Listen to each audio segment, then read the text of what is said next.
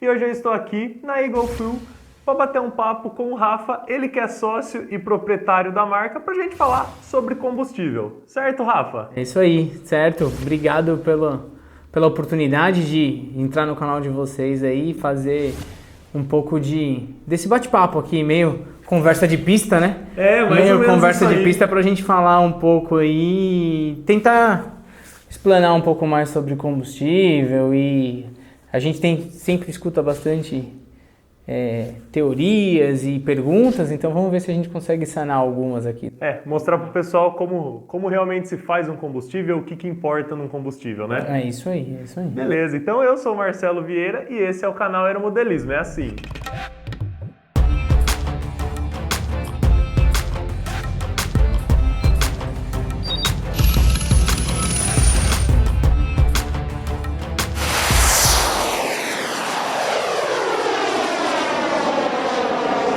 E Rafa, para começar esse nosso papo, explica para o pessoal o que é Eagle Fuel, quando vocês foram criados, por que você criou essa marca de combustível, a história da empresa aí. Isso aí é uma boa pergunta. A gente é relativamente bem novo no mercado, na questão de combustível.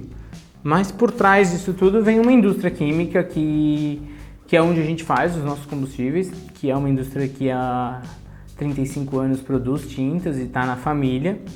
E eu sou químico, formado em química, em ADM e entusiasta. Como dá pra ver aqui em volta. Aqui, Você gosta um pouquinho de aeromodelo, pelo jeito, né? A aeromodelo e os carros também, a gente tem um gosto por isso. E fazendo essa ponte aí, por ser químico, ter uma indústria que trabalha com química e conhecer as necessidades e ter algumas facilidades desse produto, eu acho que o pontapé inicial disso tudo foi quando a Byron Fuel, né, a empresa americana, decidiu sair do mercado, né, de uma maneira até que um pouco abrupta. Acho que todo mundo sabe, mas quem não souber, em resumo, em abril de 2020, bem no começo da pandemia, a Byron anunciou oficialmente de que estava fora do mercado, que ela ia descontinuar a produção. Não teve venda, não passou a marca para ninguém, ela decidiu descontinuar esse mercado. E a gente sentiu aí uma brecha de mercado. Lógico que também existem outros fabricantes, outros nomes de combustível, mas especificamente o meu sócio, que é o Fernando, que vem muito das pistas de carro, principalmente de off-road, em conversas a gente começou a colocar essa possibilidade.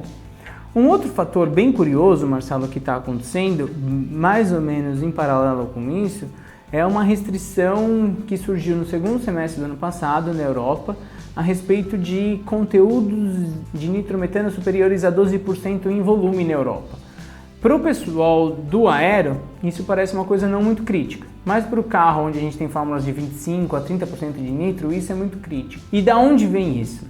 Vem de que alguns grupos terroristas conseguiram sintetizar o nitrometano que tem dentro do combustível para usar como explosivo e usar em ataques terroristas mesmo de larga escala. Então a Europa, principalmente na França, optou por fechar, e a norma é que a partir de 2022 todos os combustíveis não vão poder mais ter mais que 12% em volume de nitrometano. E aí o que isso quer dizer é que eu não consigo te afirmar se lá na Europa vão mudar os combustíveis, se vão diminuir as quantidades de nitro ou não, mas o que eu posso te afirmar é que cada vez vai ser mais difícil de se importar e de ter fontes de combustíveis, de produção de combustível. Então é uma coisa que a gente achava que tinha que ser localizado e produzido. Partindo do princípio dessa informação, analisando um pouco mais o que vai na fórmula do combustível, que é o nitrometano, o metanol e o óleo, são todos itens que também não tem disponíveis no Brasil, mas vão ser ou via distribuidor ou vai ser uma produção que talvez não é destinada para micromotores, principalmente quando a gente está falando de óleos.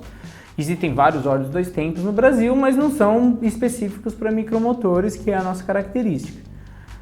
Então, muito parecido com o que eu faço nas tintas hoje, a gente é uma montadora. Eu, por exemplo, faço tinta da Toyota, da Honda aqui. Eu misturo materiais importados do Japão, dos Estados Unidos, de onde for, e consigo fazer um produto com a mesma qualidade de o que se vende no Japão, na Europa, nos Estados Unidos, aqui na América do Sul, que atende às normas da montadora. No combustível, a gente parte da mesma linha de raciocínio. Eu trago os produtos de fora, Ásia, Europa, misturo aqui e forneço um combustível que tem a mesma característica do que tem lá fora. Então, mais ou menos esse foi o princípio. Eu sei fazer isso, é o meu principal negócio aqui nas tintas, é fazer isso, é fazer essa mistura, é conseguir fazer isso. Então, a gente optou por talvez extrapolar isso para esse projeto. E foram meses de plano de negócio, foram meses de treinamento, de testes e treinamentos e tudo. A gente tem uma agência muito forte de marketing, que é a Zig Zag, que está trabalhando com a gente na questão de logo, embalagem, rótulo, essas coisas todas. E aí a gente começou oficialmente para o mercado em 18 de novembro do ano passado. Então a gente é bem novo aí, estamos falando aí de 6, 7 meses de vida aí. E aí, no produto de vocês, qual é o diferencial? Em que a empresa preza muito hoje? Voltando aonde começa a nossa paixão pelo modelismo, e quando a gente vai pegar o nosso kit, montar um avião, essas coisas todas, ou até mesmo um carro, quando a gente recebe lá o kit, vem lá o manual de montagem, e quando você recebe o motor, ele também vem o manual. E lá naquele motor tá lá, cara, você tem que ter uma janela de tanto de nitrometano, uma janela de tanto de metanol e o óleo. O próprio motor já fala o que tem que ter. Então a resposta para você é o seguinte: eu não tenho nenhum diferencial muito tecnológico de pesquisa e desenvolvimento de fórmula. Tá lá, a gente não pode seguir, não pode inventar, não pode mudar muito isso. Porém, eu acho que a minha maior qualidade é a reprodutibilidade lote a lote. Eu consigo, talvez, assegurar com meus procedimentos internos de controle de qualidade, de controle de recebimento, de controle de produção, eu consigo, talvez, assegurar um produto montado dentro do Brasil com uma qualidade e uma excelência igual a de fora. O nosso foco é não inventar nada na parte de design, fazendo o que deve ser feito, porém, assegurando que lote a lote, o lote 1, o 2, o 3, o 4, o 5 e assim vai, que eles sejam iguais, assim, que eles sejam de performances equivalentes. E você falou sobre qualidade, né? Quais seriam exatamente esses processos de qualidade que você garante que o produto que sai lá na frente é muito bom? Marcelo, o que acontece é o seguinte: a gente tem alguns produtos muito ingratos nessa forma. Ingratos em que sentido? O nitrometano e o metanol, eles são substâncias extremamente higroscópicas. Não ficando muito técnico, mas é praticamente o seguinte: são substâncias que elas têm uma capacidade de absorver umidade muito fácil. A umidade é um dos maiores problemas, um dos maiores vilões aí dentro da performance do nosso motor. Vai ligar o motor? Vai ligar o motor, vai funcionar, só que a partir do momento que você tem um acúmulo de umidade, ou se você já vende fornecido com umidade, você pode ter algumas perdas de rendimento, você pode ter um motor apagando, você pode até deixar resquícios de umidade dentro do motor, tá? Desliguei o motor, não sei o que, ficou parado entre um dia e o outro. Se o pacote de lubrificação não tiver certo e tiver com umidade, a chance daquilo lá enferrujar lá dentro é muito grande. Então, a maior dificuldade é isso, é você pegar os dois solventes, manusear eles, fracionar isso, fazer as produções e manter essa umidade longe do processo. No pessoal do carro, por exemplo, aí você vai ter outros fatores de efeitos colaterais. Quando você tem muita umidade, na média para alta, o carro não rende tanto, você vai ter problema de carburação e assim vai. Então são dificuldades que a gente vai começar a ver aí. Então, o que a gente assegura? A gente assegura que a gente está dentro de um ambiente de umidade, temperatura controlada, manuseando esse nitrometano, manuseando esse metanol dessa maneira certa. A gente assegura que a gente está usando uma embalagem correta, com questões de tampas corretas, com válvulas para impedir que a umidade entre mais, com a válvula para sair, expandir o gás que evapora, porque acontece. Então são tudo coisas que a gente tomou de cuidado e atenção para dar tudo certo e ser dentro do que a norma, né? Do que a lei do Brasil permite. Você trouxe aqui alguns componentes, né? Que eu imagino que a maioria das pessoas que estão em casa nunca viram os componentes separados, né? Algumas pessoas ainda fazem combustível em casa, Exato. mas a maioria das pessoas não. Eu mesmo nunca misturei o combustível. Você pode mostrar pro pessoal o que é exatamente cada coisa aí? Aqui a gente tem esses dois caras, a gente nem vai, provavelmente não consegue ver diferença, porque são dois líquidos incolores, né? Que é o metanol, esse aqui. Metanol é incolor, então? Metanol é incolor. Olha só. Metanol é incolor.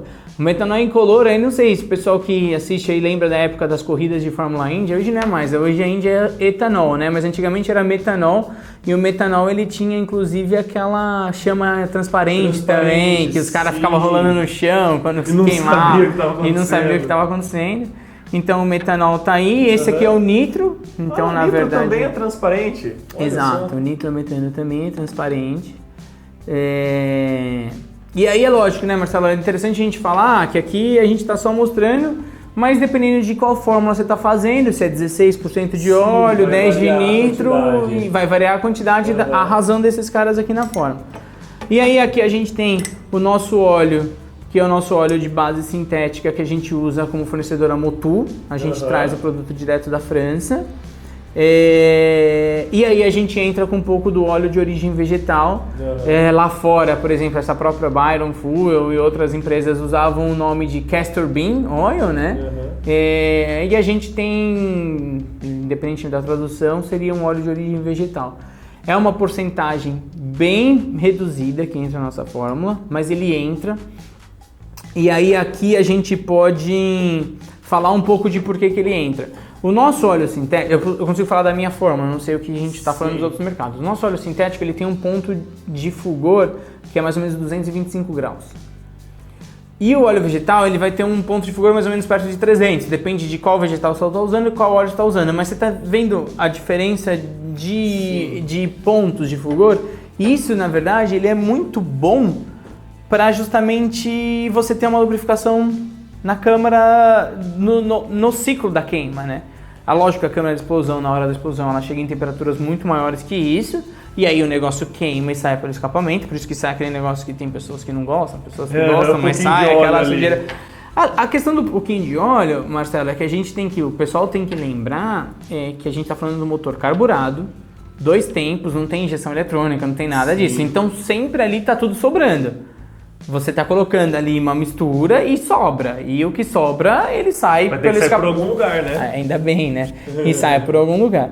Então, na verdade, a gente... Porque até nessa coisa, por que a gente entra com os dois óleos? Os dois óleos a gente entra principalmente pela questão de que você vai ter uma janela maior aí de atuação nessa temperatura de queima. Na explosão que eu estava falando, é muito alta a temperatura, porém se você for pensar na parte de virabrequim, a parte de biela, não chega a esses 300 graus. Então aí aqui até eu trouxe uma outra coisa, isso aqui é surpresa, a ata surpresa, que eu não trouxe para te falar. Mas aqui, por exemplo, vamos lá, esse aqui é o nosso óleo a 100 graus. Certo. Então ele continua dessa óleo, cor. Mesma cor. Da mesma cor que é a mistura, né? A mistura dos dois dá esse rosinha que é a cor do Eagle. Sim. Esse mesmo óleo a 200, olha como ele fica.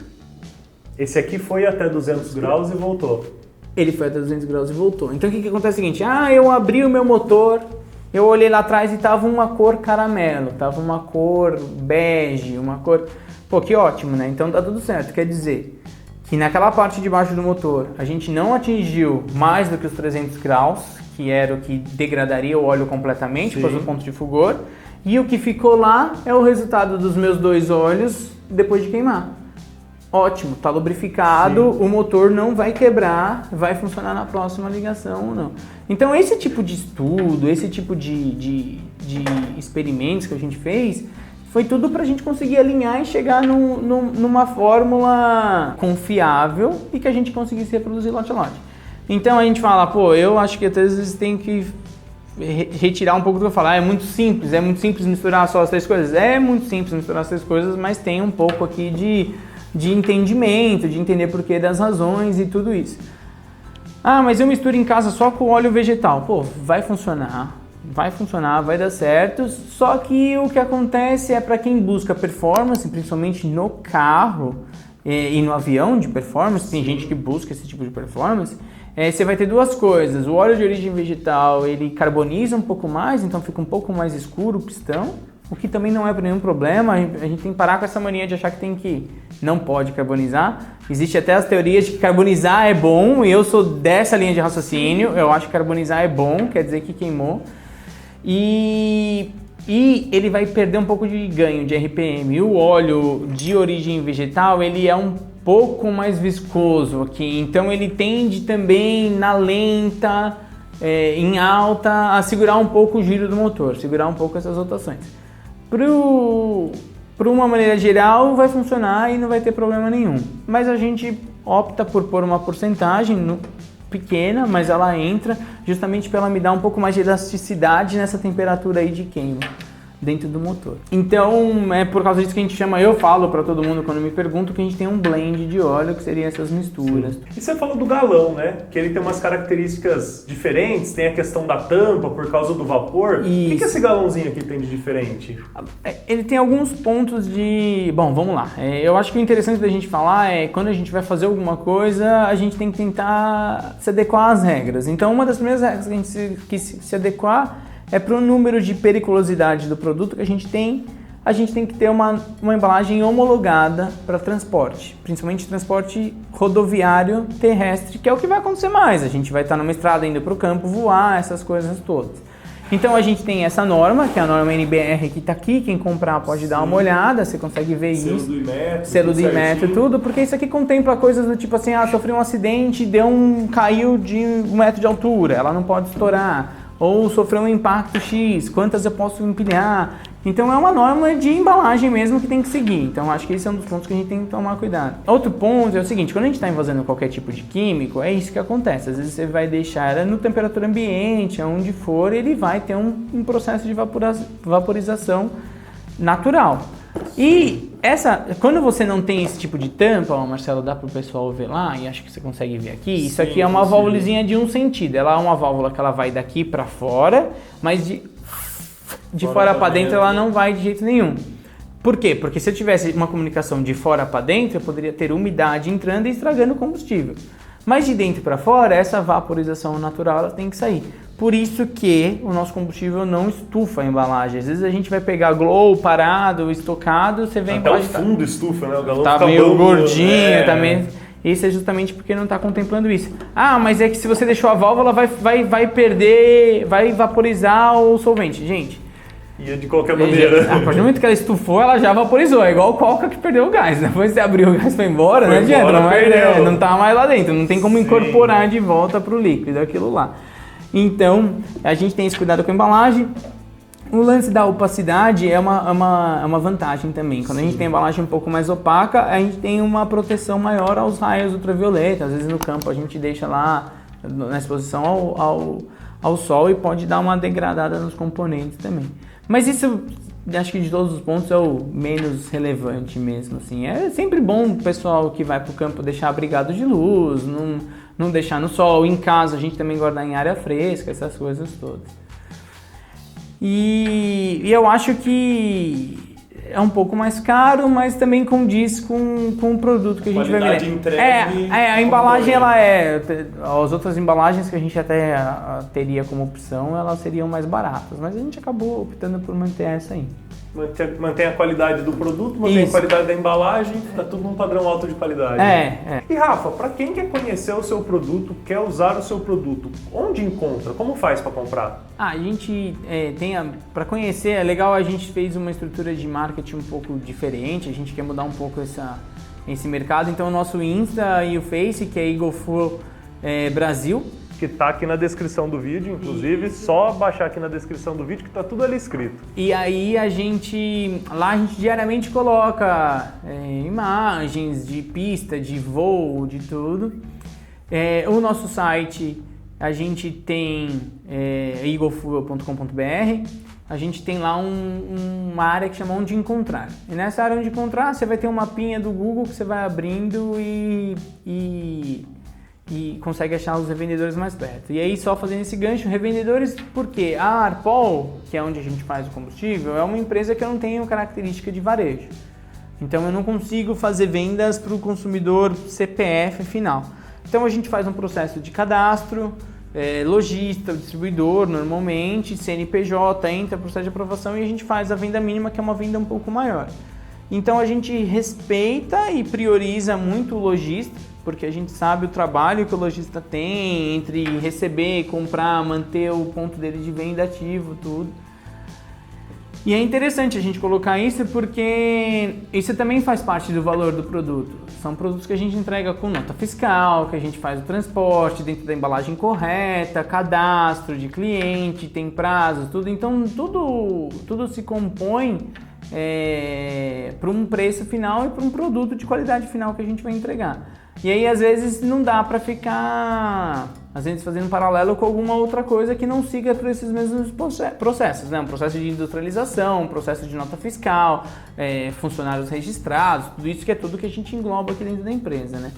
Mas eu encorajo vocês quem puder nos dar a oportunidade de entrar no site, conhecer, procurar os parceiros lojistas. Se você é de alguma região que não tem ainda, manda um inbox pra gente, a gente vai tentar buscar um lojista, um clube, alguém da área que pode fazer essa compra, esse cadastro, e a gente vai, com o maior prazer, tentar fazer chegar o Eagle para vocês.